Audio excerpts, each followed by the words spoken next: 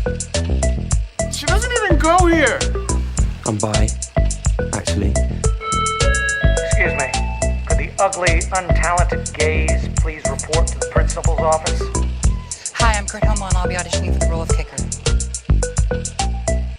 Hello! Welcome in, everybody. Thank you so much for tuning in to today's episode of Not So Straight Nerds. I'm your host, Luke. And I'm your host, Alicia. And today, we are talking the latest Spielberg film, Disclosure Day. Yeah. Ting, ting, ting. I don't know what they call these. Finger taps? Finger claps? I don't know what they're called. Yeah, so I've been very much looking forward to this movie. Are you in that same... Yeah, it was on my draft, so Yes, I'm like, I love Disclosure Day. I love Spielberg. No, he's a great filmmaker. There's definitely no doubt about that. And I feel like he's one of the ones that's like a classic, well-known, good filmmaker that we have like very little issues with, actually. I don't know. We'll circle to that. Okay. But he's a very iconic filmmaker. I would say he's one of maybe three that I can think of that like have made classics for decades and are still making movies right now. Yeah. Like I'd say like him, Scorsese, and Del Toro are probably the major ones in that group. I might be missing another one or two, but I think it's awesome that they're still making movies. And For sure. some of them still great movies. Yeah. Yeah, so this is a lot of fun. There's a lot to get into.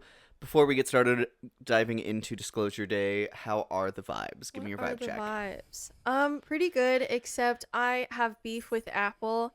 Now they'll never sponsor us. Oh no. Anyways. So I use an iPhone. Well, and clearly like a MacBook too. I have like an Apple ecosystem, okay? I have an Apple Watch, like no, I feel like nobody else, no other brand is doing it like Apple in terms of like the ecosystem. But I have beef because I always check my storage just in case, because I think one time like months ago, it was a long time ago, we checked the video and it had run out of storage. So that has like scarred me, and literally every single video I check how much storage I have. And this morning, usually I just have to make sure I keep up with deleting our like videos when I upload it, you know, do all the things, and it's fine. My storage goes back down to like usually around like 80 gigabytes. This morning I checked and I remember I had deleted it like days ago, because sometimes it takes up to 24 hours to fully get off the iPhone. Nope, it was days ago, and it shows I have 110 out of 128 gigabytes. No, it was more than that. It was like 116. It was too close for comfort. I said, what the heck is going on? The iOS and system data stuff is taking up over half of my storage. I feel like that's a scam, and when you pay for 120 gigabytes, you should actually get that. Now, if you need iOS whatever, fine, but add 120 on top of that, because that's not my fault. I'm not using that. I'm not actually like actively, it's not like through my actions that I'm using those things. Like, you're forcing that on me. So frustrating. Not that I just said a while ago, not that I'm getting a new phone anytime soon, but when I do, I'm gonna like pay for the 1 terabyte if they have it, because I would like to never look at my storage ever again. Mm-hmm. I'm so frustrated. Anyways,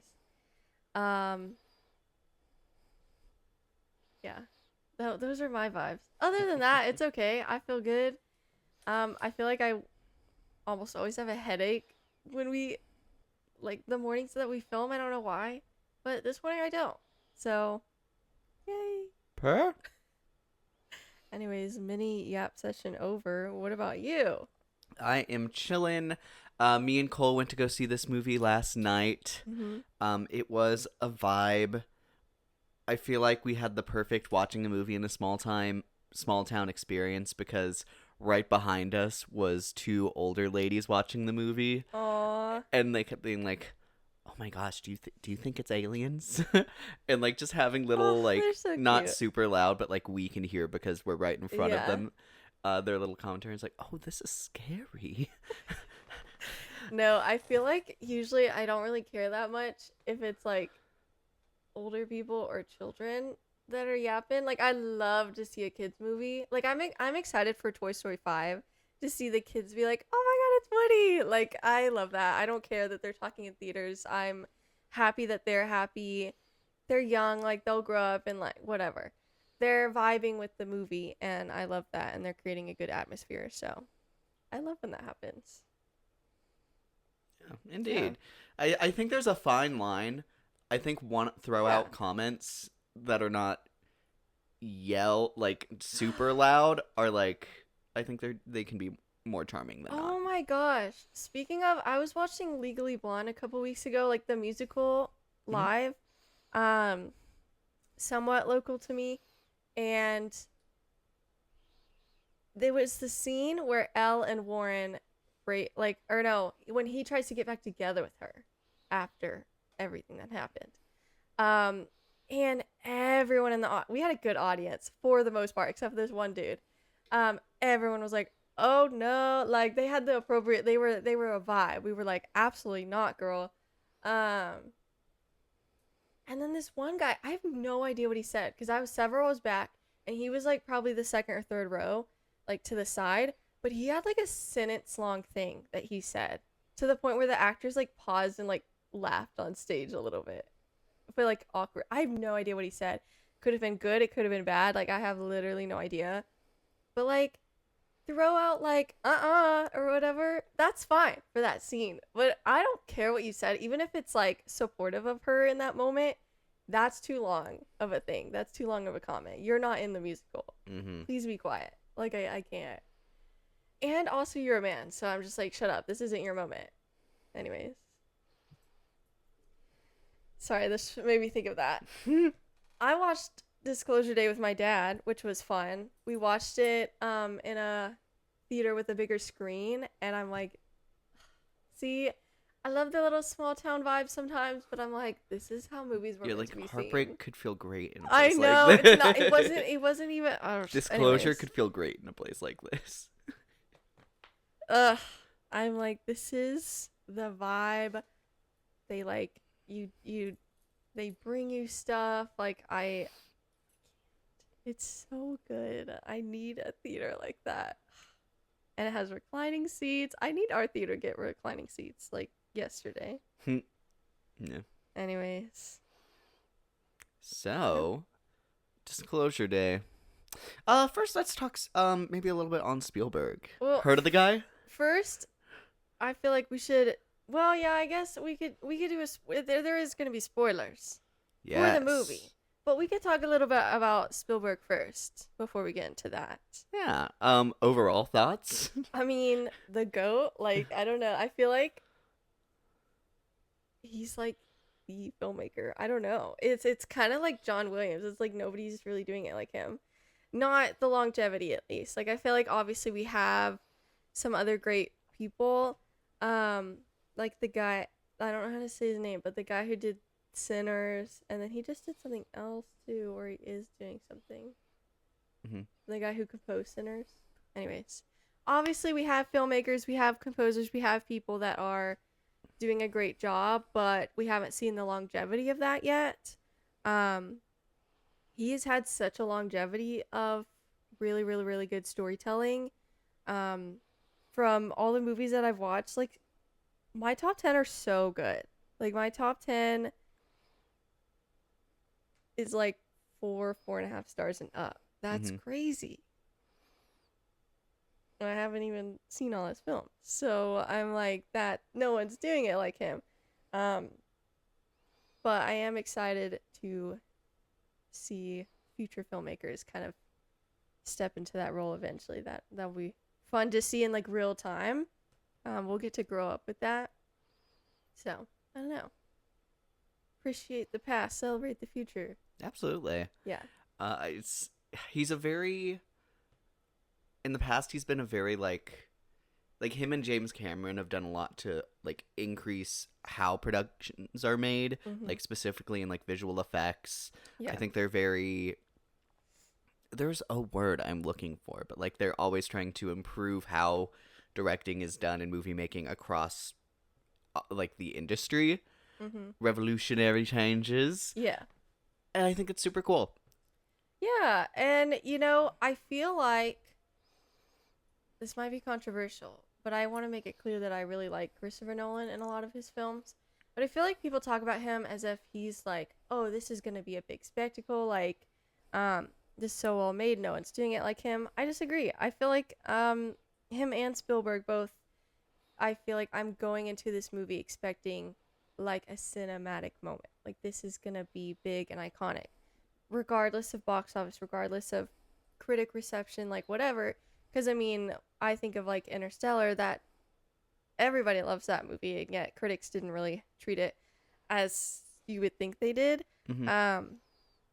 But they're such big movies, and they care so much about their craft. It's like people, I think, were hesitant about Christopher Nolan doing The Odyssey because he was going to make it this big thing.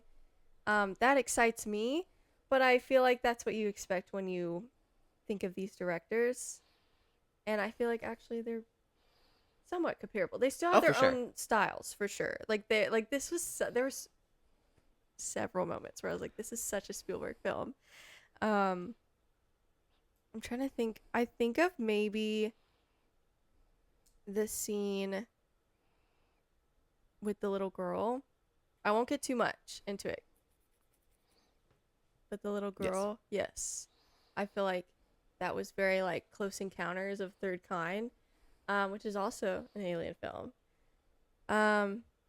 Yeah, like this is so Spielberg in the best way. I love it. And then like composer coming in, John Williams, all like y'all are just up here. Anyways. Yeah. Very fun, very iconic. Never the same, never been done before. Yeah. I also want to shout out on Letterboxd, he is my most watched director. So his movies are the ones I've seen the most out of any other director. Her? Is that from the Pro subscription? Yes. Does it tell you that? See? So I don't know. Sorry, guys. One day I want to have the elite one. I forgot what it's called.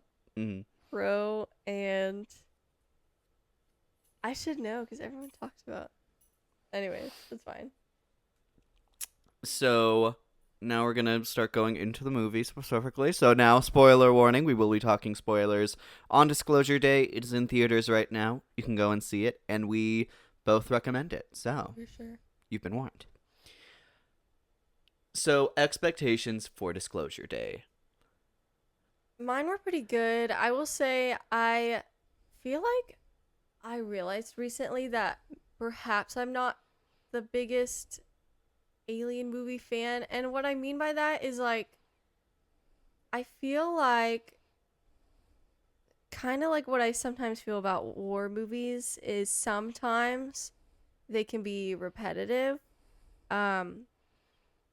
Spielberg is a bad example of that because that's not him. But alien movies I also feel like can fit that mold sometimes. So I was a little hesitant. They were already doing like the noises and stuff. I'm like, we've heard this before. So I went in with a little bit of reservations, but it is Spielberg, and I have liked a lot of his recent stuff. I feel like he's been getting a bad rep or whatever recently, thinking like his modern movies aren't as good as his older ones. And I think once we take a look at some of his rankings, I don't feel like that's fair.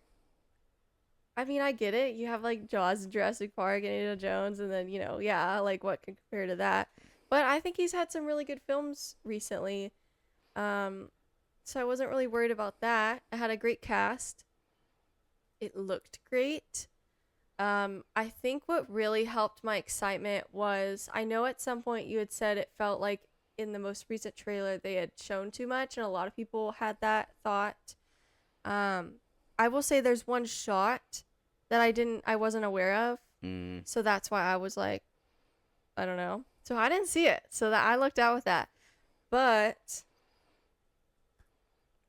I will say I think the movie, I was hearing like 1 or 2 days before I saw it that there is still a lot to be seen.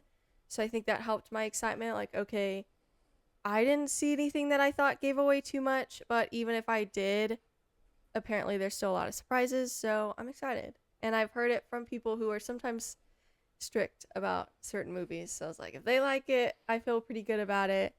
Here we go. I don't know. And I was excited to see it on a big screen. Like, this is gonna be even better. And it was immersive, so it was like louder.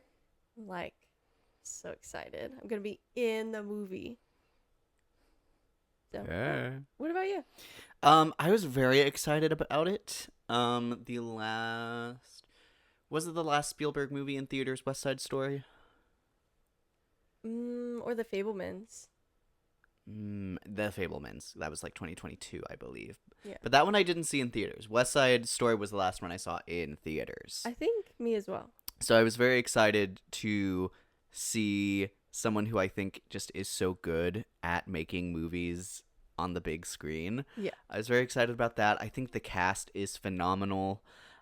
And the trailer, I think it sets up a very interesting mystery conspiracy. And I'm so here for that kind of stuff. So I was very excited. Yeah. I think those early trailers are really strong. Yeah.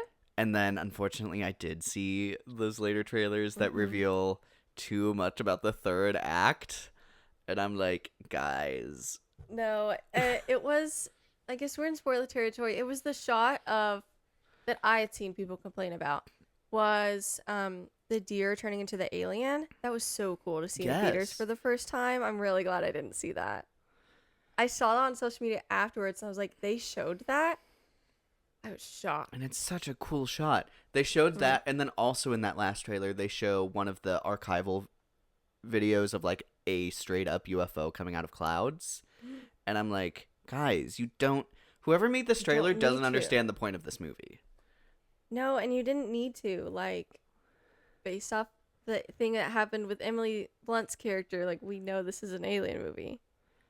We don't need to actually see the aliens or their shit. We get it. It's like you show your hand too early, and Well, and it also doesn't ever turn into a crazy, crazy alien movie to warrant, like, you know, if they were worried, oh, we gotta warn people. No, it never gets graphic or gross. Like the alien movies, I'm like, yeah, advertise it. It's a rated R alien movie because it gets gross, and a lot of those. And that would disturb some people if they didn't know they were getting into that. This is not one of those. So I'm like, you didn't need to show your hand that early. It's okay. or really at all. Yeah. Jumping the gun maybe a little bit to overall thoughts, but this is like kind of, I wouldn't even maybe necessarily call this an alien movie. It's more a movie that has aliens at some point. Yeah, it's not like alien invasion. How are we gonna get rid of them? Like, how do we communicate them? What are we gonna do about this? Like, it never becomes that. It's at a any lot point. closer to like political thriller. Yes, And aliens are just an element of that because they are part of the victims of that. But overall thoughts, I loved this movie. I went in with pretty high expectations, and they were surpassed by a decent bit. I really liked it. They got me love are just like jumping right into the middle of something. Then they took a little bit of a step some way, and I was like, how am I gonna feel about that? Yeah. And then like loved it. Yeah. Great step. I agree. Yeah, overall, I think this is a very strong movie. And I think it's certainly up there, I think, with some of Spielberg's more notable work. Yeah, I agree. I think it's really, really good. It was also in my, I'll go ahead and do slight spoilers, but top half of everything, I would say. I think so. I might be lying. Anyways, it was still really good. I will say I was a little surprised that you liked it more than me. I was a little worried that you would come out of it being like, It was okay. So I'm pleasantly surprised. You gave it half a star higher than I did. No, I'm trying to think what this even. The themes of it remind me a lot of Everything Everywhere All at Once and at the Eternals, and I love those themes. Yeah. And it approaches those things in very different ways. And I think the spy thriller aspect is also done really well. It it gives kind of a better version of the film Lucy at times, which I don't know if you know that movie. It's a Scarlett Johansson movie where this woman accidentally gets access to 100% of the brain's functioning power, and then she just becomes God.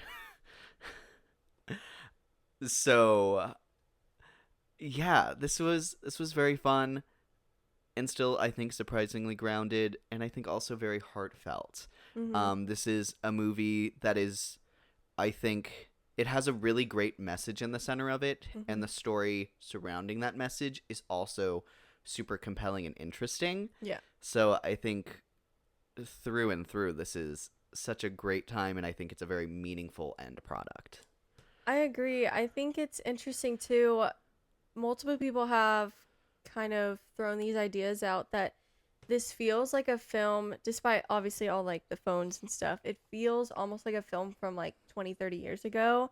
I think just in the way that society acts in this film, like it feels like they have a lot more hope and just like cohesive empathy. Like, I don't know, it just feels like they have a conversation in this film that I don't feel like we could have today. But it's nice to see, you know. I love a good hopeful movie. I'm like, this would be nice. I don't know if we could ever get there, but it'd be nice. It's really interesting, the use of aliens basically as an analogy for anything new. And with that, it really kind of has this like timeless conversation that it's trying to talk about, and that really kind of makes it feel like a bit of a timeless story, because that's something that has always been a problem with humanity in general. So it's very interesting, I think, to see that be tapped into, and I think that's easily something that can come off as overdone or like unsubtle. But I think this movie uses that really strongly. I agree. I also want to shout out in best parts just the cast. I feel like the cast did such a great job. We'll give some shout outs, more specific shout outs later. But I want to shout out one specific scene, and that is with Emily Blunt and Josh O'Connor. This is just like in every way, shape, or form an amazing scene. It's when they're in the car and they're rammed into the train. That entire sequence was just so thrilling, and then to immediately go into like a panic attack was just like overwhelming, but in a good way. Like, it was really well done. It was supposed to feel overwhelming, and then the pianos clashing, like, that is just so well crafted. The two of them did such a great job kind of bouncing off each other in that entire sequence. Him calming her down by like having her touch like very, very, I guess, bold textures just to like ground her. That was just so well done. That was, I think, easily my favorite scene of the film. I have some others that I also really liked, but I think that would be my standout. Yes. I don't know. Any other, did you have a scene that you would say stuck out to you more than the rest? Gosh, there are a lot of great scenes I really love. There's that scene where Emily Blunt is like walking to the trailer, and she keeps making eye contact with everyone and becoming someone meaningful to them. Yeah. I love that scene. I would say that, and then the scene between Coleman Domingo's character and Colin Firth's character, whenever they're meeting in the house and their conversation, and really kind of breaking into the themes of empathy versus fear. I loved that, especially after having Firth's character be so like difficult and pretty one-dimensional Mhm. in this movie, to have that conversation really kind of break out, I think, more depth out of the character than the character's ever wanting to portray. I think Well, I think it Ugh. is necessary to then make one of the last scenes with him when he finally decides to back down. I think it's necessary to make that make sense. I think if he didn't have that, it would kind of be like, what? Which is why his like right hand man guy was so confused because he didn't see that. But it's like that scene. I don't know. I also really liked that scene, and it made it better. It was still a little jarring. I was like, okay, you did all this and now you're giving up. But then I guess he's just reflecting back to like that conversation and finally just accepting that this is gonna happen. Mm-hmm. So, thought that was well done. I also want to shout out any scenes, but especially the main one between Noah, which is Colin Firth's character, and Jane, when he like takes over her mind. Anytime that happens, I think that's really well done. The clap scene that we see in the trailer, it was cool to figure out, oh, this is when that's happening. This is gonna be great. And then when she's at the table, and I never feel like it's overdone. He violates her mind several times, and she gets out of it by hurting her hand, and therefore him, a few times. But I never felt like it was repetitive. Even in the hotel room scene, even though I was a little bit frustrated that you do all that work to hide where you are, and then you have a piece of paper that says where you are in your hand. I'm like, okay, sure, what the hell? But I still think that was well done. So, Indeed. anything else? I mean, the last act was really good. An entire thing. It's hard to be like this scene. It's just like, no, it's just kind of one giant thing, and it's all really, really good. I was a little bit gagged that the first time she like cloaked all of them, that it actually like disintegrated the device. I was like, wow. I don't know why, but that just got me. Drama. No, it was super cool. And then seeing however they did the people running into the invisible things, that was so fun to watch.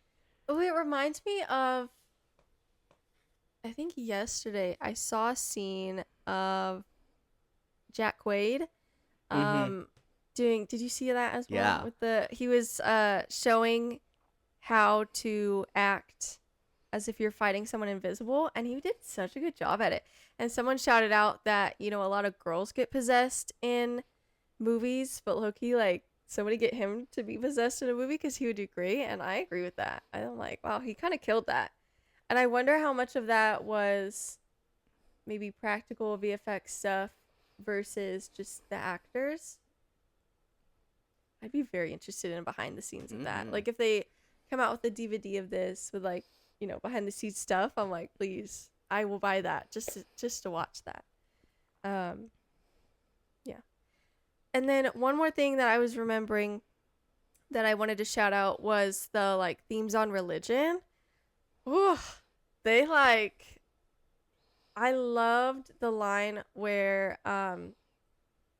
the like mother nun, that's not the right term, but the like head nun or whatever, or at least that's the vibe she gave, was telling Jane that she didn't lose her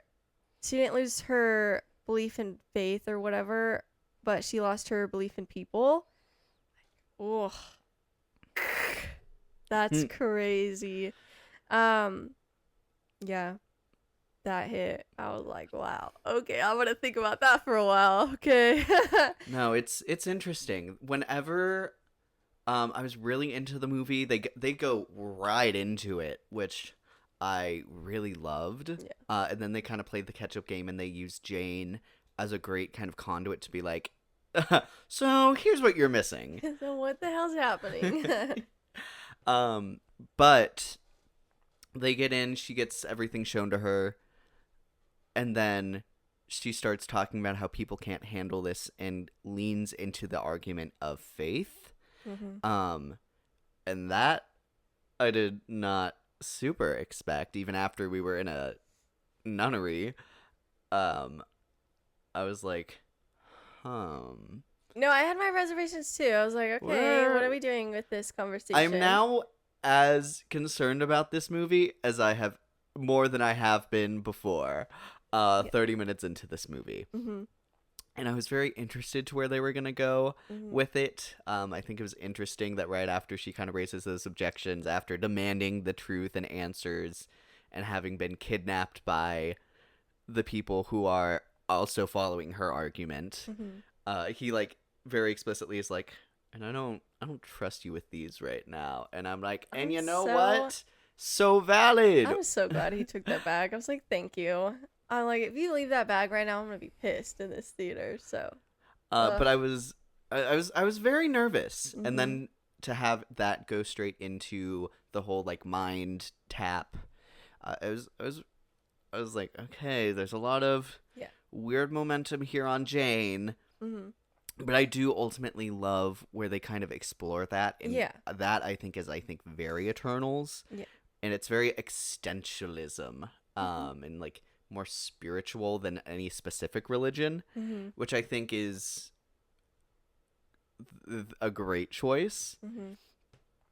And it kind of gave me the idea, I don't know how intentional this is, but in the idea of a higher power and somewhere between, you know, a full-on religion versus just like a more universal idea where everything is stardust and we all are just a small part of this massive system, and just this idea that if there is a supreme being, empathy and understanding is basically the embodiment of God or that supreme power, versus fear being the antithesis of that, or evil and the devil, and however that is understood.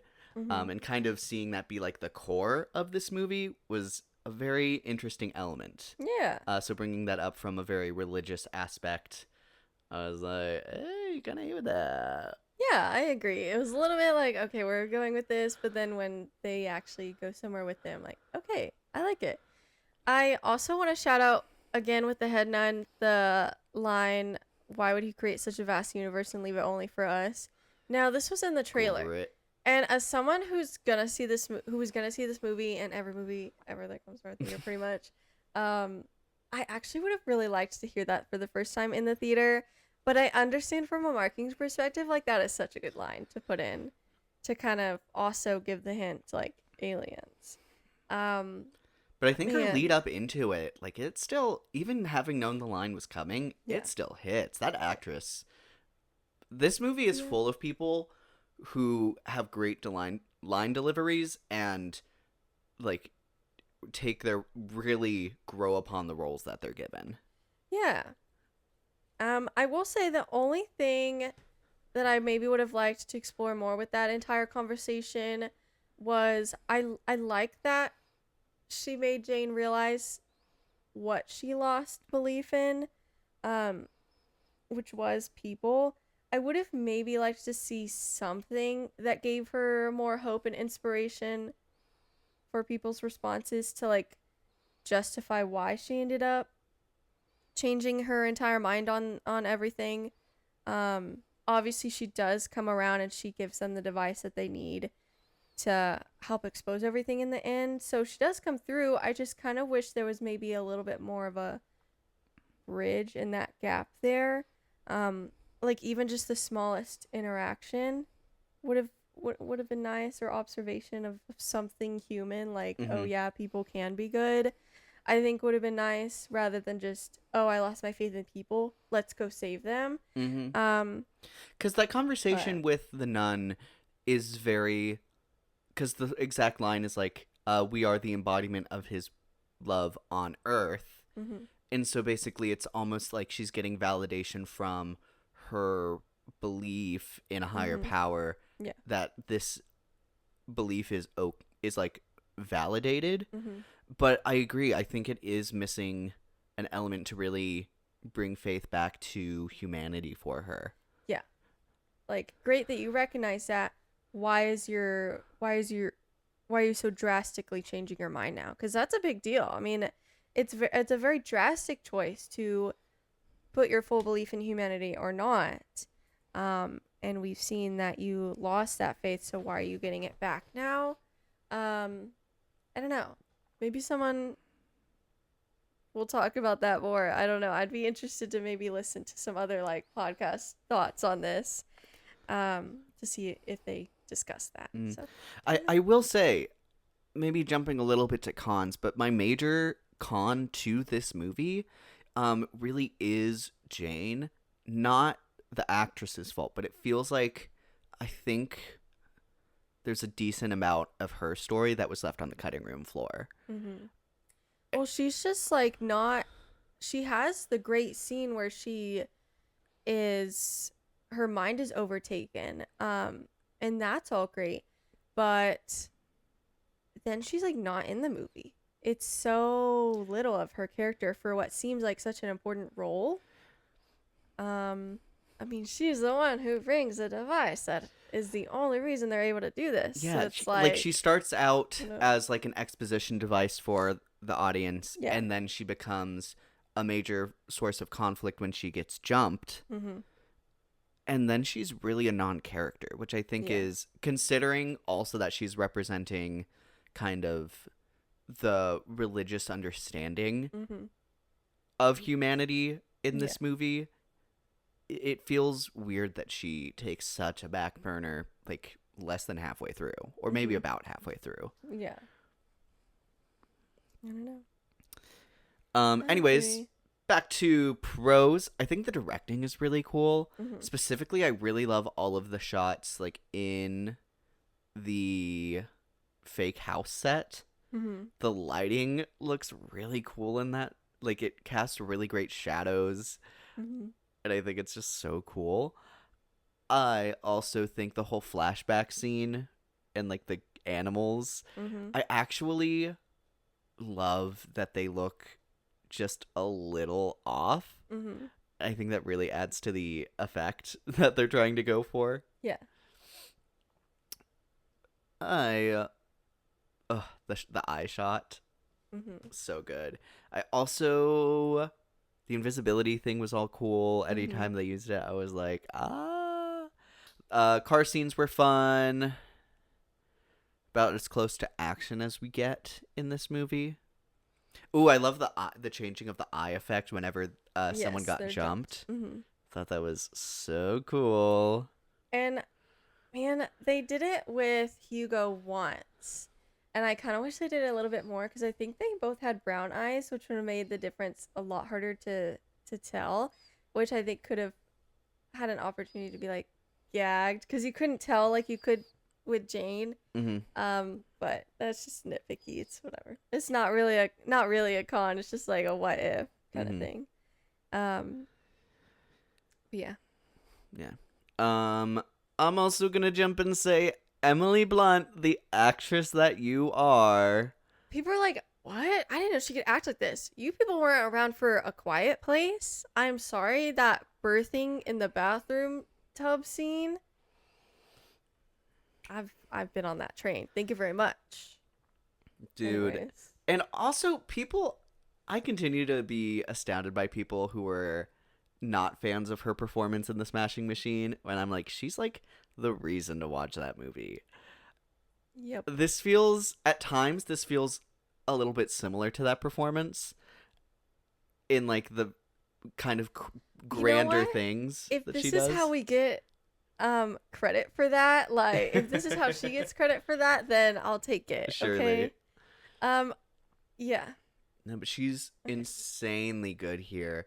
Another scene that really stands out to me is whenever she's at the house set and she's like freaking out because she knows all of these people and doesn't want to look Hugo in the eyes because she's afraid of understanding everything. Dude, and she's like so like scared and sad at the same time. The like I won't be anyone's religion was really great. Yeah, everything. The when she's saying, like, when she's freaking out, she's like, "This is my house, this is my life." Like, that entire scene was really, really good. I already shouted out the panic scene, but her especially. Josh O'Connor did his thing, but like she was the standout in that scene, and she was supposed to be. So, yeah, that was great. I could like have pros and cons about specific characters, but I feel like maybe should I save that for the cast section? I'm like, oh wait, I have a few comments Sure. for some of them. But anyway. And then the ending, oh my gosh. I'm also gonna shout her out here. Oh well, that's what I was gonna say. Okay, no, okay. No, we'll it's save it then. okay. Okay, yeah. We've got some shout outs, and I have maybe a couple comments Okay. for a couple people. Ooh, I want to ask, and I don't know where this lands, so this might be a little left field, Okay. but I want to ask about the ending for you, specifically the last line. For those who don't remember, so it ends, all of the stuff is being released. It's Yeah. going across all platforms. They roll in the alien that Hugo helped escape from the lab. Homie gets up, says something in alien language. Noah tells Margaret what the alien said. Margaret goes in front of camera and says, "Listen." Cut. Oh, the Josh O'Connor, Daniel. Daniel. Mhm. Yeah. Noah is Colin Firth, the like My bad. most of the movie evil guy. Yes. Listen, yeah, I agree. I think, I think a lot of people will miss the point of that, ironically, and not listen. But I think when the movie's message is just have more empathy in general, I think that's their way of saying the how of how you do that is by listening more, like talk less, listen more. That's always like how you gain more empathy, and that doesn't mean you have to like listen to everything, but just like hear people out more.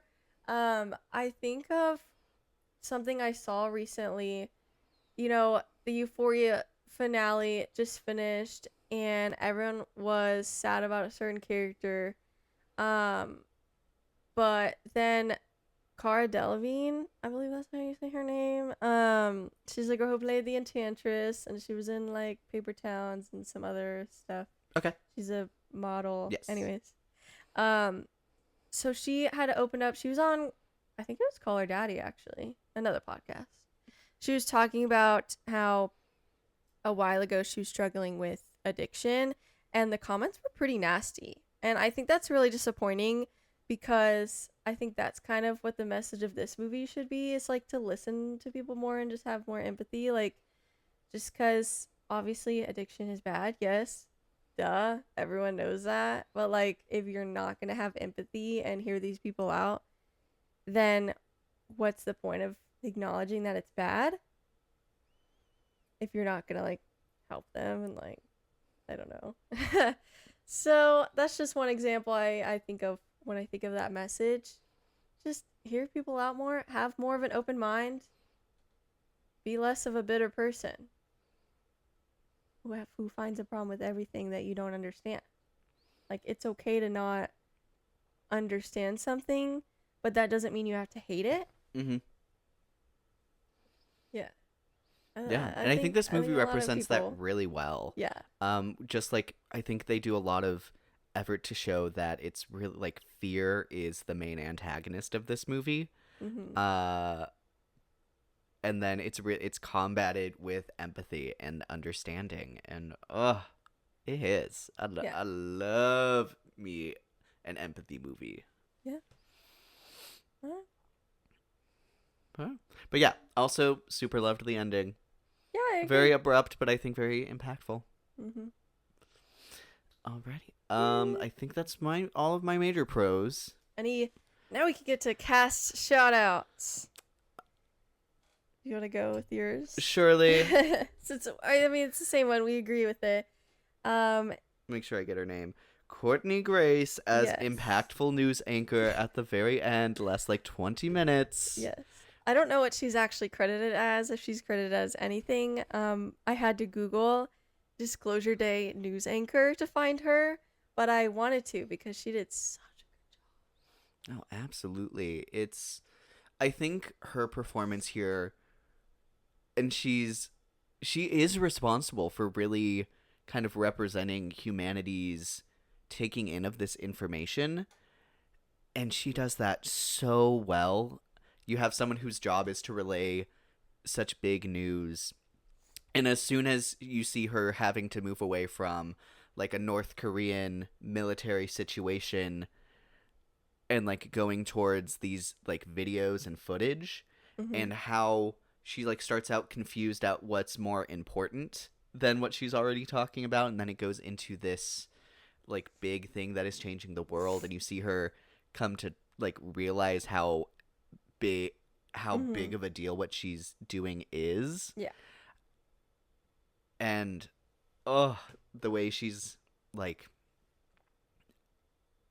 kind of holding everyone's hand as they're going through this together. Yes. I absolutely loved the way she portrayed that. Yeah. I loved that she was basically saying, I'm so sorry you have to watch this, but like we're watching it together. Like it's her entire commentary was very much like, we're in this together, you're not alone. Like, I love that. And I think that also really, that whole part of the movie, and like you're seeing everyone around the world experiencing the same thing at the exact same time. And there's something to be said about fear of the unknown isn't as scary if you know you're not alone in it. Mm-hmm. And even with our main antagonist, they talk about how he became so much more bitter after his wife passed away. And so there's something to be said about this movie showing that fear can also come from feeling alone and feeling like you need to hold on to things that are negative and are bringing everyone down as a result. But having people to share going into the unknown with, there's like a comfort in that, and there's a strength in that. Mm-hmm. And gosh, they cast that actress so well to really and represent all of that. read that she is a former news anchor turned actress, so that's kind of fun. Good for her. Good for you, Batty. No, somebody, I don't remember who it was. I thought it was Zoe Rose Bryant, but I don't see commentary on it. Somebody that I follow on Letterboxd was saying like low-key best supporting actress. No, it's so like if the Emmys have like a guest category. No, the Oscars. If the Oscars. No, the Emmys have a category for guest yes. appearance, but I'm like, we need a movie equivalent of that. Okay. Like someone with like one scene that That's what I does was so thinking. much when they're given like such like a like not a character, but you have a scene or like I wish that there was a better way to recognize people who do so great with so little. I agree. They could use a guest category. They could use a lot of other categories, but that's okay. Whew. But other cast shout-outs. Go on. Oh, mine, we already kind of shout-outed. Well, I guess I'll shout out Coleman Domingo. I thought he did a good job. I was pleasantly surprised that he was in a lot more of this movie than I thought he would be. So shout out to him. He's killing it this year. I love him. You know, I will say. go ahead. No, if you're sorry. still on I'll him. say I think that this movie's use of Coleman Domingo versus Running Man's use of Coleman Domingo, I'm like, how much he was in this movie is how much I expected him to be in that other movie. Yeah.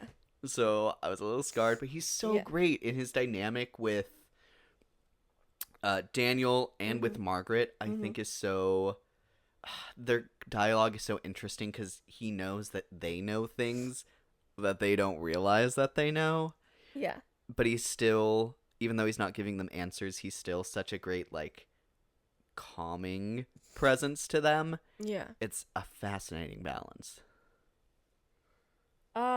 Now, this is when I say,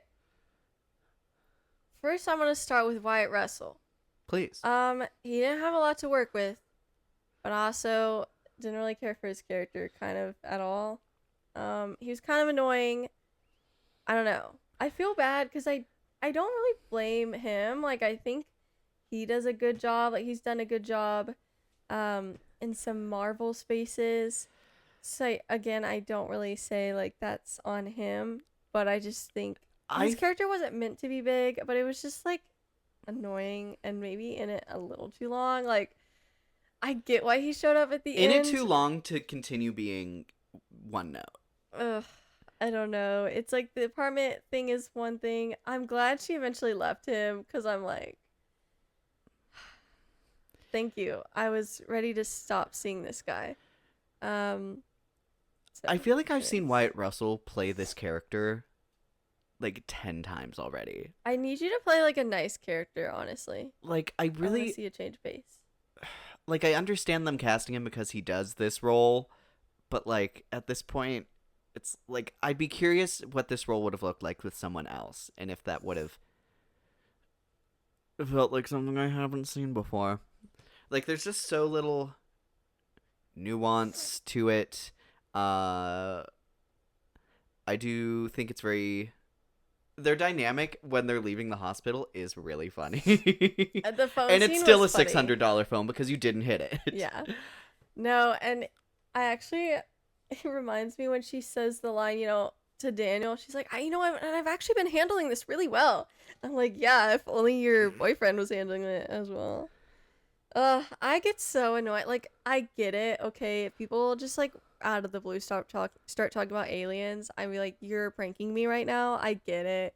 It's realistic, but like, it would be so refreshing to just hear people be like, okay. I've known you for so long and I trust you, and if you're saying you're serious, then I'm gonna roll with it. Like, okay. It'd be so nice. Just once. To see, specifically, it's usually the significant other.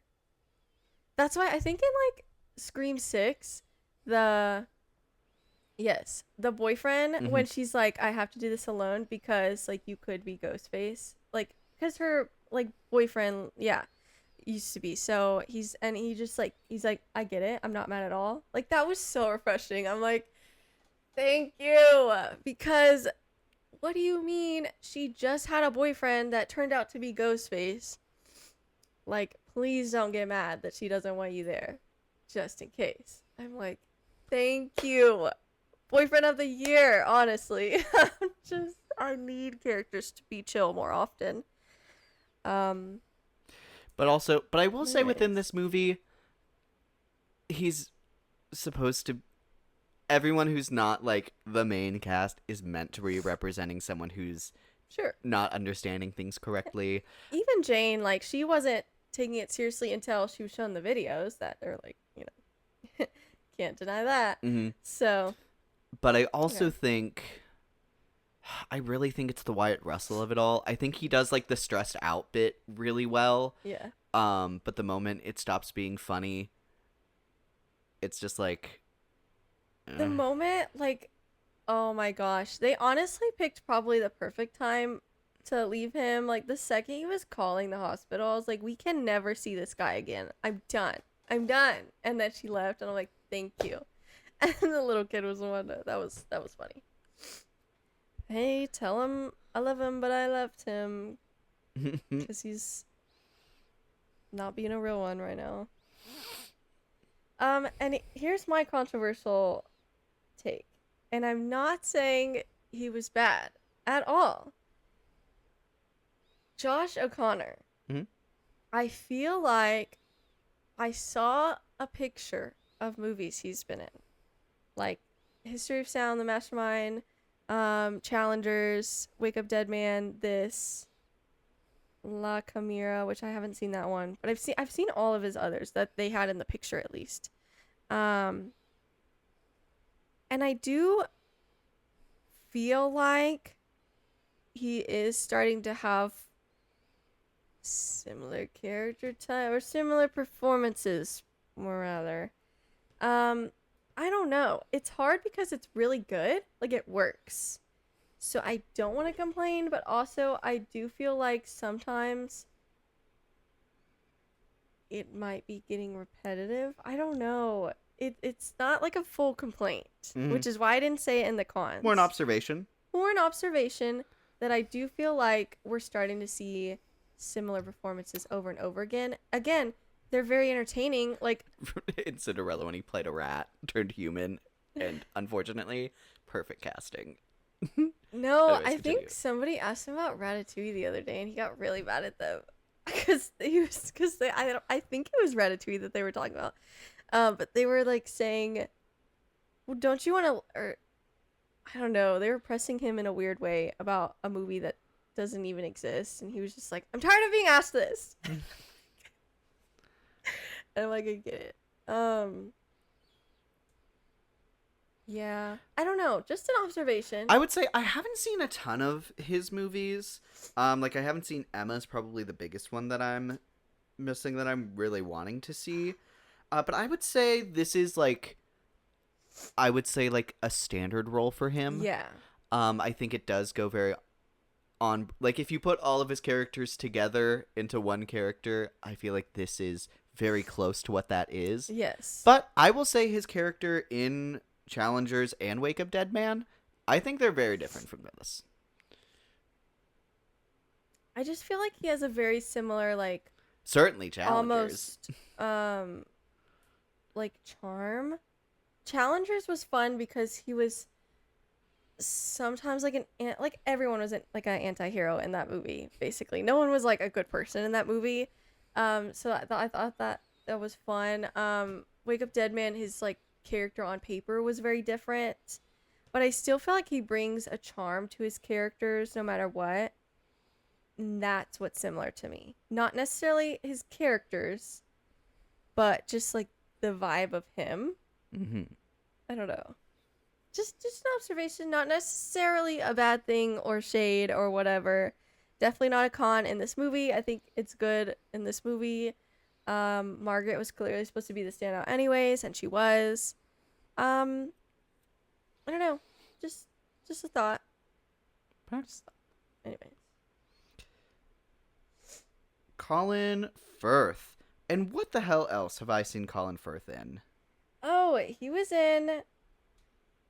like a dad. In Mamma Mia. But I've not seen Mamma Mia yet. Tragic. I know. That's crazy. I don't know, but I feel like He's also in the Kingsman movies. I do remember him from the Kingsman movies. oh, he's in Love Actually. I think that's where I'm thinking of him from. And Mamma Mia. Oh, and he's Nanny McPhee. Nanny McPhee. That's what I'm thinking of. Ugh, I grew up on those movies. Oh, and 1917. Oh, He's and in he a was lot of in movies. Mary Poppins Returns with Emily Blunt. Oh, also with Emily Blunt. Okay. Period. Yeah. Very cool. I would say he does his role very well here. Yeah. Even if it's meant to be very one note. Yeah. But yeah, I think he elevates it. He does a good job. I do feel like several other actors could have done the same thing, but, you know, whatever. Yeah. It's okay. Shall we get to our ranking? Oh, wait, yeah. On Letterboxd, it looks like our reporter is on the main cast list. She's labeled, Her. credited as NBC anchor. Okay, good. Because I looked Courtney on Grace. Google, and then I looked on IMDb, and I couldn't for the life of me find her. Google, she just wasn't on there, but even like Wyatt Russell's character wasn't credited with a name, so I had to look on IMDb, and then IMDb had like over 100 people in the cast, and I said, I'm not looking through all that. So Also, before we get into that, today I have seen, and it's making the Twitter circles, when it comes to the voice or the sounds that Emily Blunt's character makes, which we have known that she made those noises, which is so cool, Emily. Pop off. But Steven Spielberg has said that they offered to have AI do that for her. And people, I think, are validly upset at that point. Yeah, and that surprises me. I feel like he's such a not AI person. Seems like it. I mean, looking at his past, like all of the work he's done to make movies feel so practical and so real, it feels very off character to It does. present something like it's not, oh, we'll have it done in post and have someone who does like Foley or something, or someone who just does that. Mhm. It's so weird to go to offer AI, Mhm. or not like a we'll do it in post, but to specifically say AI is just so bizarre. I don't know. But people are I mean, I'm sure like there are like AI programs that are used in ways we don't even know. Like I forgot who was talking about this. But there was a video of someone saying, we use AI programs sometimes just to like develop things faster, not necessarily to create something that wasn't there.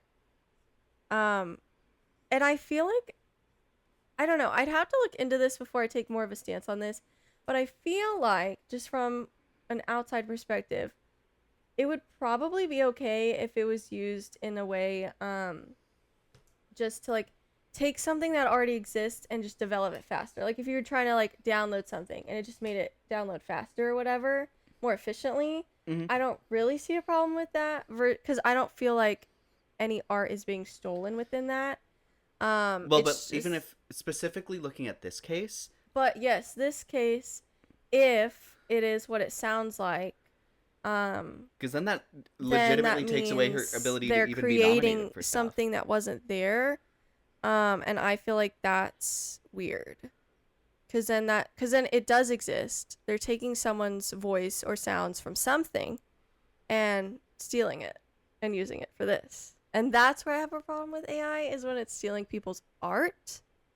If it's like used, just to make something more efficient or accessible, like cool, but if The it's moment it becomes stealing something, generative. yes, Like if it's something that is just a system that's meant to intake what you're putting into it to kind of do the same thing, that's technology that's been being worked on for decades. yeah, that's nothing new. But then when you're like, oh, create this logo for me, no, it's not creating something original. It's stealing other people's art to make something, and Yeah. that's not right. You shouldn't do that just because you can't afford to pay someone to do a logo. Like, I don't know, do it yourself if you can't afford it. That's what we did. Which, I went to school for graphic design, so that helps. But like, you can't afford to pay somebody hundreds or thousands of dollars for something. Yeah, because it is expensive. I'm like, is it expensive? Yes. But then do it yourself. Don't steal other people's art. Anyways, so What? weird. Very weird. He's gonna be like, Emily, what the fuck? And she's But gonna I be think like, it's him that came out and said that. really? Interesting. I don't know, man. I'm glad she said no. And I think it is all the more impressive that she did that. Yeah. Like, I think already what a great performance. Like, her doing that full send, That's like, crazy. on top of the reason we're going to be talking about her until award season's done. Yeah. Kind of like a cherry on top, if you will. I don't know. Is it like, would it have been AI that just like manipulates her voice and sounds to make it more alien sounding, or would it just be from nothing? That's also my question. Because I think if it's just manipulating something that's already there, I don't initially see a problem with that. Again, because it doesn't, from my perspective, isn't stealing anything. It's just manipulating something that's already there. But if it was creating it from nothing, that's stealing. But then also, it specifically, look at the Oscars. They just changed the rule, so she wouldn't be able to be nominated the same way that Adrian Brody's performance in The Brutalist would not have been eligible to be nominated. I'm so mad. I'll forever be a little bit bitter about that. I know I just said earlier in this video to be less bitter, but I think there are some things that are validly you can be bitter about. Anyway. Well, with that being said, let's rank Spielberg Spielberg movies. films. So I have seen 16. You have seen 17. Yes. We'll be writing out our top 10. But do you quickly want to list off what doesn't make your top 10? Yeah. So we have Jurassic Park: The Lost World. I don't even really remember that one, so no surprise there. This is gonna be my controversial thing. I have 3 Indiana Jones movies in a row. I have The Last Crusade, Kingdom of the Crystal Skull, and Temple of Doom. A lot of people really like The Last Crusade. I think that's the one. Yes. Mhm. That one is half a star lower than the other 2 I just named. Sorry. Anyways. Close Encounters of the Third Kind, another alien movie. Minority Report with Tom Cruise. I'm going through the Tom Cruise movies, so I'm close to getting to War of the Worlds. War of the Worlds. Oh my gosh. Yes. I'm close to that, but I'm 2 movies away, so I have not seen that yet. And he's in it, and then it said on Letterboxd Channing Tatum was in it, but then I looked at the cast list and he's like really low on it. So I'm like, okay. And you know, I was also making a list of Brie Larson films the other day, and Infinity Wars wasn't on there, and I'm like, well, I guess it was post-credit scene, but then Shang-Chi was, and I'm like, well, that was also post-credit. So I'm putting Infinity War on here because she's in it as much as she is in Shang-Chi. So, anyways, and then my number 11 is Disclosure Day. So just out of my top 10. Perfect. Which I feel like when you see my top 10, it'll make sense. My top 10 is like really good. I love all of these movies, and I love Disclosure Day. So it just kind of barely didn't make it. He just has too many good films. I've seen 16, so the 6 that don't make my top 10. Worst to best. I have The Lost World, Jurassic Park. Yep. The BFG. Oof. I haven't seen that one, but yeah. Indiana Jones and the Kingdom of the Crystal Skull. I think it's crazy that that's not your bottom one. But pop off. Speak your truth. Number 13, I have The Color Purple. This is where we get to movies that I'm like, these are good. Then I have West Side Story, Indiana Jones and the Temple of Doom. And then we hit my top 10.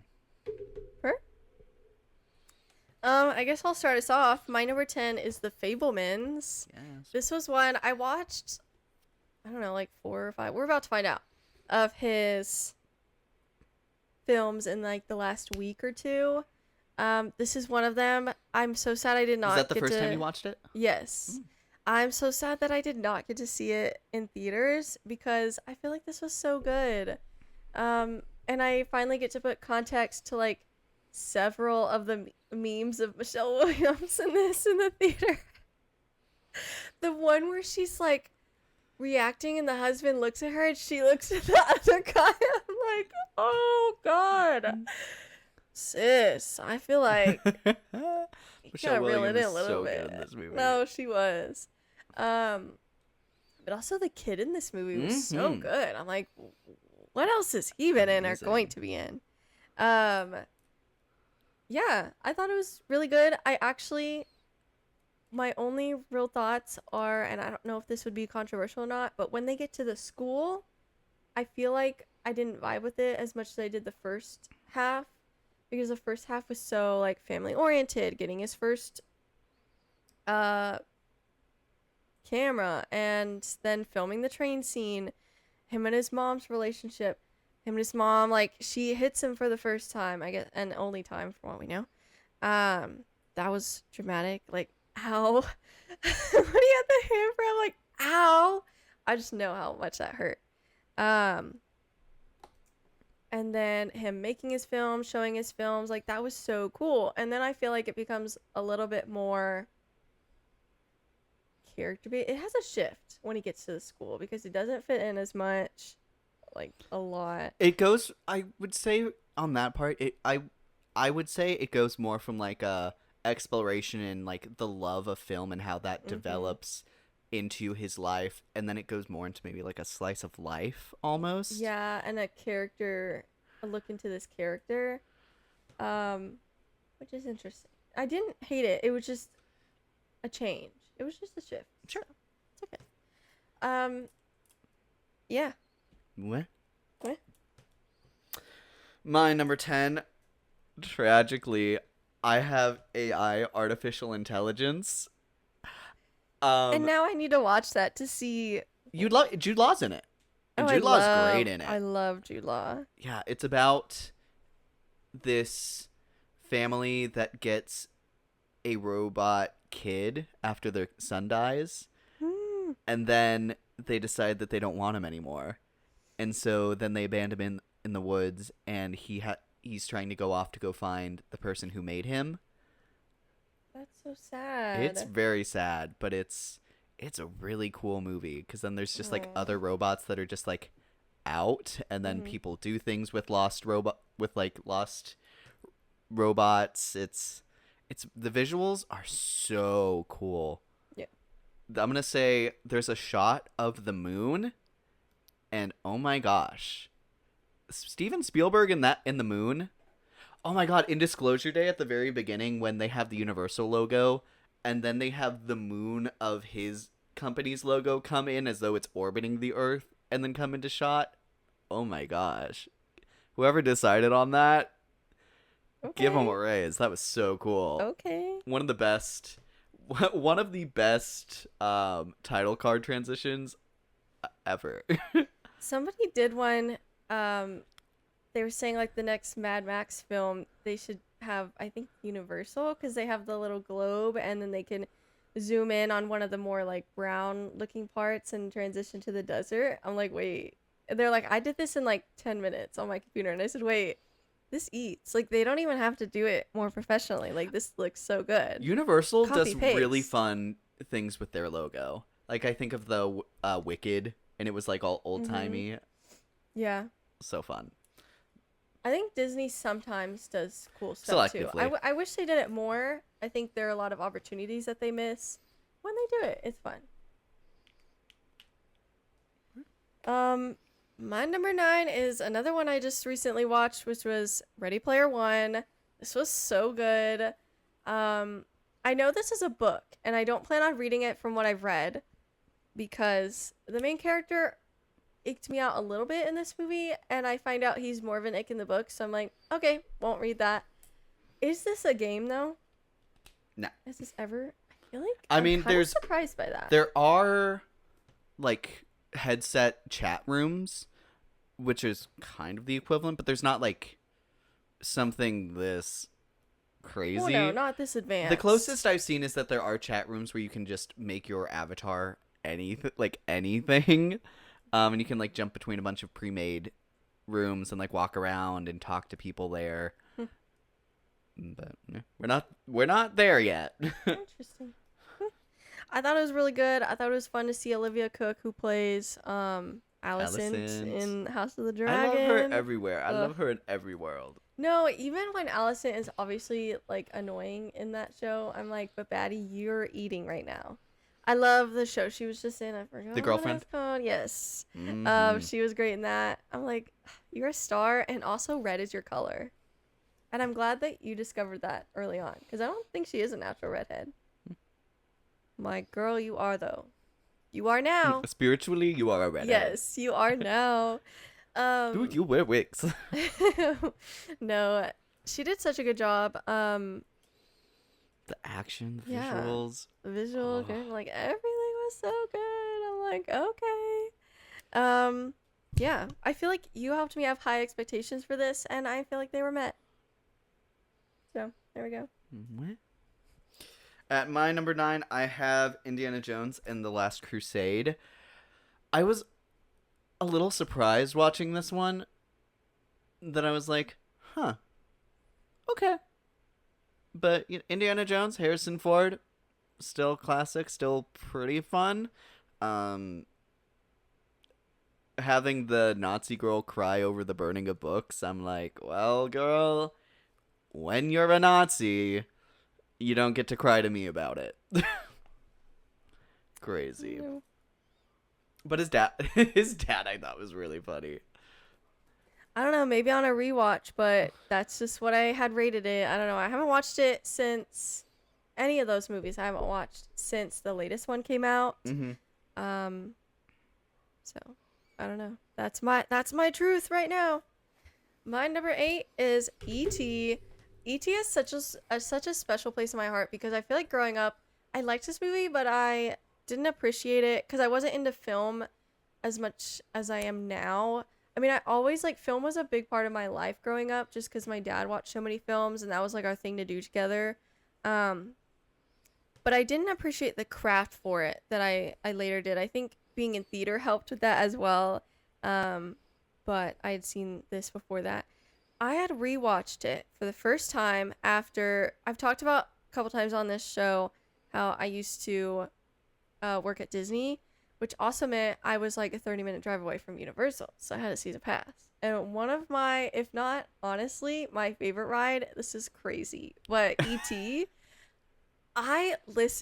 there is something magical that took over when I rode that ride for the first time. I was it was a staple every time I went there, which was great because it never had a long line. It's one of those, honestly, 15-20 minutes max. Constantly, which is great for me. Anytime I went and Hagrid's or something was 2 hours long, I'm okay, I'm going to ET. This and getting a butterbeer were my every time I go to Universal I'm doing this. I need to learn how to make butterbeer because anyways. Yeah, I don't know. So eventually I rewatched the movie and I'm I love this. I'm so glad the ride has given me a new appreciation for this.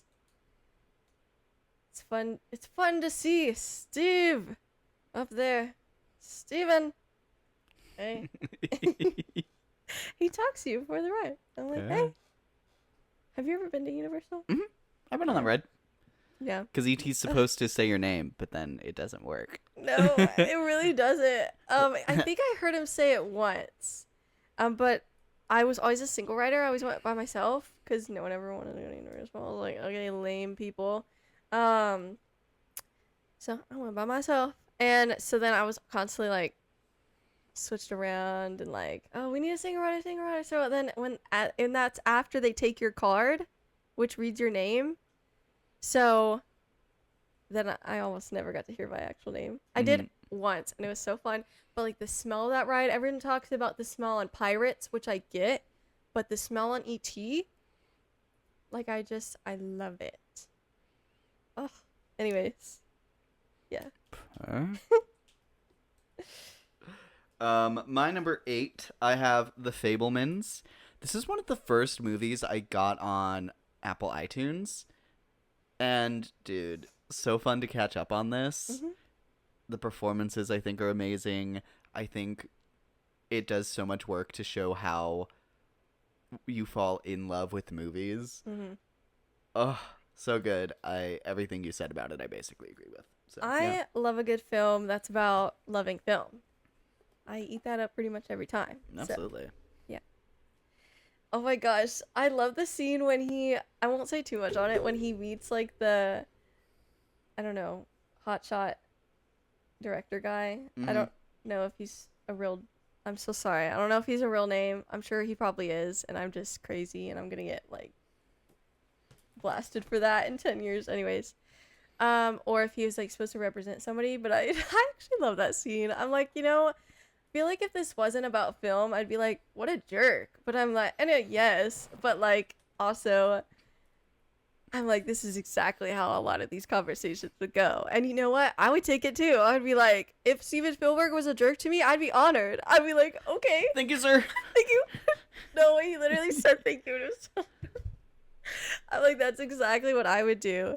It's just, I don't know. Everyone's don't meet your heroes. But I'm I'd be honored if most of my, people I was a fan of were mean to me. Thank you. If Zendaya, I love Zendaya. Was ever looked at me but ignored me, I'd be like, oh my god. She ignored me. Oh my god. She looked at me and then walked away. Like, there's so many people I would say that about. Anyways. Yeah. Take it away. You didn't do your number 8? Oh, you did I did Fablemans. Fablemans. My number 7 is West Side Story 2021. Listen, this movie wasn't for everybody. It was for me. And I get it, okay? The guy for Tony is... Anyways. Boo. But you know what? I didn't know that at the time. Nobody knew that at the time. So, I was able to enjoy it. Nowadays, yes, a rewatch, I'd be like, okay. But I saw this in theaters also with my dad, and it was really good. We saw it before we did something, and I don't remember what. I remember I was like really dressed up for something. We watched this movie before going to that. In like a theater we've never gone back to, like an hour away. I don't even know. But it was really good, and I still need to watch the original though. But it's like Little Women as well. I'm like, I don't want to watch the original because I love this version so much. I don't know. Anyway, What? I put them in the same category of like, ugh, I can't. My number 7, I have Disclosure Day, and you are watching the episode explaining why I love it so much. Thank you. My number 6 is Saving Private Ryan. This is another one I watched recently and so glad I did. This is what I think of when I was talking about war movies sometimes being repetitive. I'm like, I ain't talking about you, baby, okay? I love this movie. So good. Tom Hanks is great. I love that him and Steven Spielberg have worked together a lot. I'm excited to hear him in Toy Story 5 soon. Yeah, it was really good. I would highly recommend those first like 20 to 30 minutes. Everyone talks about it, but like for a good reason. They're really good. My number 6, I have Ready Player One. This is one of those movies that was just like on rotation in my house throughout like middle and high school. And it is just so fun. There's so much detail in this movie. I think it is just so fun. I think the characters are cool. The action's incredible. And Olivia Cook, a goddess. I love her. My number 5 is one I have not seen for a hot minute. So I had to kind of guess with this placement because I haven't seen it in a long time and therefore haven't logged it on Letterboxd. That is Catch Me If You Can. I haven't seen this one since I think I was in high school. So I remember it being really, really good. But it's hard to like compare it to these others because I just don't really remember. Maybe it would be higher. I think if anything it would be higher. But these top 4 are like, I don't know. So I put it here for now just because I really don't remember. But yeah, this is also like a staple in Leonardo DiCaprio films. So, and Tom Hanks is in this one. It's a cat and mouse kind of movie, so it's very thrilling. I was saying I wonder upon a rewatch if it would remind me of like a Safdie movie. I feel like it would, but in a Spielberg like format. But Safdie does thrill really well, so I'm like, I kind of want to rewatch this at some point. I'm sure I will, but I just don't know when. Okay. Anyways. My number 5, I have Raiders of the Lost Ark. Harrison Ford, you just are that guy. And I love you for it. Yeah, I think Indiana Jones came in strong. Had some other fun outings, but Like, imagine being known as freaking Han Solo and Indiana Jones. That's crazy. I, like, can't imagine. I would, like, be a jerk to everyone in I heard the rest of my life. I can't. heard one podcast ask, who do you think of when you think of Harrison Ford? Like, in your head, is he Han Solo or is he Indiana Jones? If I think of young Harrison... Or is he Red Hulk? If I think of young Harrison Ford, I think of Han Solo. If I think of older Harrison Ford, I think of Indiana Jones. I don't know why. I don't know why, because he's been in a Star Wars movie as older Han Solo. So, like, I don't know why, but that's I do. I don't know. I feel like he looks more mature and less like model, baby face, like hot guy. I don't know. Like he looks more mature in the Indiana Jones movies. What? Whatever. My number 4 is Schindler's List. This is one where I need to start a list and think about this. I need to start a list of like movies I'll only watch once, because I think Joe from House of Cinema has a list like this where he's like, some of these are good, some of these are bad, but they all have one thing in common, and that is that I will never rewatch these. And I'm like, yeah, this would be in the good category. Obviously it's my number 4, but yeah, I don't see myself ever, unless someone wants to rewatch it with me. But even then, this would be a rough movie to watch with someone else too. I don't know. I feel like it's just one of those you gotta dissect yourself and think about for a while. And it's really well made. Indeed. Number 4 for me is also Schindler's List. I've heard that it's such a great Holocaust movie, but also on top of that, and obviously that's the most important part, but oh my gosh, some of the best performances from a lot of actors. Like Ben Kingsley is amazing in this. Liam Neeson, it's probably my favorite Liam Neeson role. Isn't Ralph Fiennes is also in this, and movie? he's also incredible. Mm-hmm. It is so good. Ugh. I agree. My number 3 is Raiders of the Lost Ark. Yeah, a classic, so good. I adore this. Yeah. I don't know what else to say. Well said, well said. What's your next one? Number 3, I have Jaws. So fun. I cannot believe I did not love this movie the first time I watched it.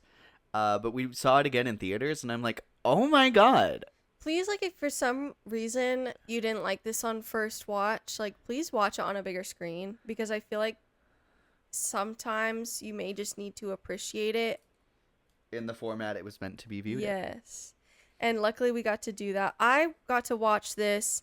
I had watched this probably middle school, high school, because my uncle's obsessed with this movie. I think for this past Christmas, I got him like one of those classic like lunchbox, like metal lunchboxes with Jaws on it. He loved it. And so I'd watched it, but then during COVID, my local theater, just to like stay open, played a lot of classic movies. And I've mentioned this before, but Jaws was one of those that I got to see. It was so good. And I'm glad I got to rewatch it in theaters as well, because it is just, it's so good. Which is why it's my number 2. Like, wait, I'm talking about this a lot. I haven't gone there yet. It's my number 2. Yeah. Fair. Yeah. Anyways. And I'll say my top 3 could like move around any day. See, not mine. My top 3 are like perfect, like masterpieces, but no. I have a very clear, like, I would not move these. Number 2, I have E.T. Dude, so great. There's a game, I don't know if you've even heard of it before, but there's a game called Lego Dimensions. It fed into the Toys to Life thing, but it was, you build Lego characters and toys to put into the game. Yeah. And it had 2 major releases. It had like the initial game, and it had a plot. It had 16 different franchises that you had characters from, and each of them had a level and then an open world that you could go into, where you like go explore the world, do stuff from that franchise. And then maybe 5 years after that, they did a huge update on it where they added another 16 franchises to it. And like 3 of them had 6 level stories that you could get, and they added E.T. in that second wave. And like it was E.T., you could go into the world, of the movie, and he had Like Earth or his planet? a Earth. Okay. Like you're always in like where the movie or show takes place. Okay. And then Lego E.T. is so funny. And they gave him Sorry. they gave him the phone, and you could activate the phone to have Elliot show up on his bike. And then you hop into the basket of it, and you can like fly around on the bike. It's so fun. That's awesome. Oh, but yeah, this movie is such a masterpiece. I love my little guy. The effects are super cool. I think the cast is really phenomenal. The kid actors have really been around for forever, and these are some generational ones. So, love E.T. My number one will always be Jurassic Park. I love Jurassic Park. Oh my gosh. I will never stop talking about this film. Like, the scene where they see a dinosaur for the first time, you know, I want to say is probably, but I really just want to say is, like, top 3 films of all time. I truly believe that. It is just the coolest thing. I will say Spielberg does a really good job at creating, like, awe in films. Like, he did it in this movie. I don't think it'll ever reach the levels of Jurassic Park, but, like, he just does awe so well. I love this film. I could do, like, an entire video on this. We do have a video on the latest Jurassic Park. Yes, Jurassic World Rebirth. Yeah. So, but I would like to do at some point, like, a more in-depth. Maybe, like, my next birthday episode, we could do Jurassic Park special or something like that. Fair. I don't know. Yeah, and my number one is also Jurassic Park. Iconic. Such an innovation in practical effects. The dinosaurs all look so great that it's probably top 3 movie scenes of all time. So great. Yeah. But yeah, go Steven Spielberg. You make some great movies. And what are y'all's favorite Steven Spielberg movies? And what have we missed? Let us know. Yeah. Yeah. Crazy. But Spielberg, Stay away from AI. stay away from the AI. Quit playing. Put it down. Put the Put the wrench pen away. Yeah. Yeah. Put the AI away. Okay. Closing up our conversation, I believe we have actually something that did make it onto the draft. I want to talk awards potential. Right. I think Emily Blunt should get a nom. It's hard to say this early out, but or this far out, but I think she should for Best Actress. And then I really don't see any other acting noms, to be totally honest with you. Not that I would be mad at it. I think Spielberg will get a directing nom. I'd be surprised if he didn't. I mean, it's Spielberg. John Williams is obviously gonna get score and might win. I don't know. It is early out. I mean, we have like Dune, we have Odyssey, like we have some other really big directors and probably with that composers. But I mean, it's John Williams. Like he's gonna get a nom. Like duh. So I think they'll get a nom. This will probably make Of the Best 10 Picture. of Yeah, 10 nominees, I think it'll get in Best Picture. I think so too. I mean, I don't think it'll win, but I think it'll get a nom. Maybe cinematography. Maybe. How do we feel about casting? I don't think it'll win. I don't think so. Really? I don't think so. I don't know. Again, it's hard, but again, you have like the Odyssey is gonna get casting. I think it's gonna win casting. Oh, I'd be I surprised if it mean, didn't. yeah. You have Dune Part 3 is probably gonna get casting, especially now that like Robert Pattinson's a big name. Florence Pugh's gonna have more of a character. Anya Taylor-Joy's gonna have more of a character. Like, I think that's gonna get casting. I think Disclosure Day is gonna get close, and I think I'm not gonna be surprised if it gets a nom. Yeah, but I don't think it's gonna be talked seriously for the win. No, I don't think so either. Nor do I think it probably should be. But I wouldn't be surprised if it got a nom. It's hard to say this early out. I want to say no, but maybe.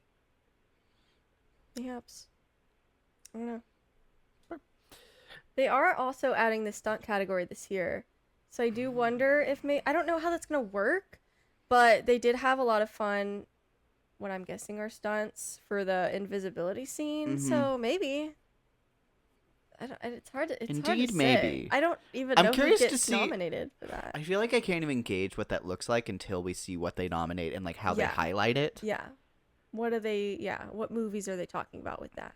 I agree. That's why it's like, I don't know. Reception. How do you believe? Oh. Sorry. I actually already looked the other day. Okay. I feel like I remember it being pretty solid, a little low on the audience side, but I wasn't surprised because of I think I feel like you either love it or hate it. Mhm. So there are a lot of people saying there just wasn't for them. I think I remember the audience being around like 72. And then critics was higher, maybe like 82. Audience Say is an 80. And critic is 80. Audience is a 73. Okay, that was close. Close on both. That was close. And then do you want to guess what cinema score was? Ooh, this might be kind of low. I'll do like B. It is a BE. Okay. I was thinking with the audience score, I was like, they're probably playing a little bit on this movie. So currently, and we don't have the full weekend's numbers yet, but domestically, it has made 19 million. You should refresh. I have it on mine. What are you seeing then? I'm seeing domestically it's 44 million, international is 48, almost Okay. 49 million, so it's a total of 92, almost Good. 93 million. I'm glad. worldwide. Yes. I It think wasn't domestic- updated when I did it this morning then. Yeah, domestic numbers were looking a little small for people, but I saw a worldwide number somewhere and I said, that seems solid to me. Like I mean I wasn't expecting Christopher Nolan numbers. Like I think Christopher Nolan like gets more numbers now. But it's still Spielberg. Like I think even West Side Story, which wasn't everyone's favorite, still made a decent amount of money. Like I think this is gonna be fine. I don't know what its budget is. Its budget was 115 million. Okay, so it'd have to make like what 330. Double 830, is like 230. So 230. 250-ish. I think it'll make that. It'll be fine. Let's see. With that, I mean, Toy Story 5 is coming out. Supergirl's coming out, but I mean, I think both of those are very different movies. So I don't really know. I would say it probably hits 250. That's what you're locking in? Yeah, Okay. I'll look in exactly that. That's about where I was thinking. I am going to be on the hopeful side and do, I want to say, 260. I hope you're right. I hope it does better than that. I don't really know because it has had mixed reviews. Mm-hmm. But yeah. We shall have to see. Yeah. But yeah. Okay. And then last up is updating our draft score. So, like you were saying, this was on your draft. So, and that is an extra 2 points that I did not flag earlier. Almost one more. It hasn't quite hit the century mark yet, but it will soon. Indeed. Probably by the end of the weekend. So, Disclosure Day gave you 56 points in its opening weekend. Okay, that's actually better than I thought. I knew it wasn't going to be like Obsession. I mean, Obsession is going to be the standout, I think, and probably my best. It'll be hard to beat that. We'll see. You also have Spider-Man. Ooh, that's true. Okay. Anyways.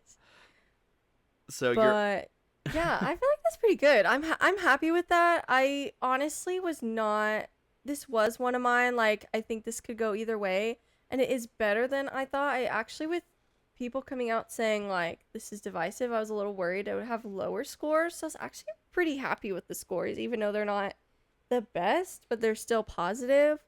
Yeah, I'm happy with that.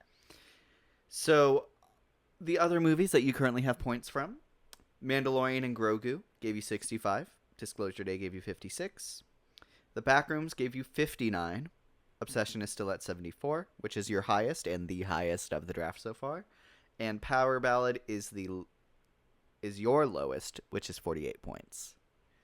So that cinema score, it does you dirty every time. Currently on my standing, Masters of the Universe gave me 57, which... Never mind. I Love Boosters gave me 58, which is my highest. And Scary Movie 6 gave me 38 points. It is the lowest. Oh, Scary Movie. Yeah. I took a look at But, the I mean, other... you're about to get Toy Story 5, so... I took a look at the other scary... Like, the Scary Movie franchise in general. Mhm. And this is, like, about what the average is for, like, their draft points. Yeah. So, like, wish I did that before I picked it. Mhm. Whew. But, yep, Toy Story 5 is the next big movie, and that is on my list. That'll do you good. I mean, regardless It's of needed. reception, which I think will still be good because I think people love this franchise. I think it will still be good. Box office will be, you'll be fine. This will be your highest. For Audiences sure. are going to like it, and Cinema Score is going to reflect that, and the box office is going to reflect that. So, the only things I would possibly... The only thing that I'd be worried about is the audience... No, the critic Yeah. Rotten Tomato score, but... Even then, I think it'll be good. Or at least good enough. Yeah, so with 3 movies, I have 153. Of 5 movies, you have 302, which is a good chunk over half. Ah, So, and I still have Spider-Man and Odyssey. I'm like, yes, please pull through. indeed, you are... I'm very curious. Toy Story needs to be doing some numbers for me to catch up to you. Oh my gosh. I'm so Toy scared. Story, so. But We anyway... still need to buy tickets for that. Yes, I we should do. remember that. Okay. But anyways, that is going to wrap up our episode on Disclosure Day. Please let us know your thoughts if you've seen the movie. It is currently out in theaters. If you have not seen it, we do highly recommend it. Mm-hmm. So, until next time, I'm your host, Luke. And I'm your host, Alicia. And thank you so much for watching Not So Straight Nerds.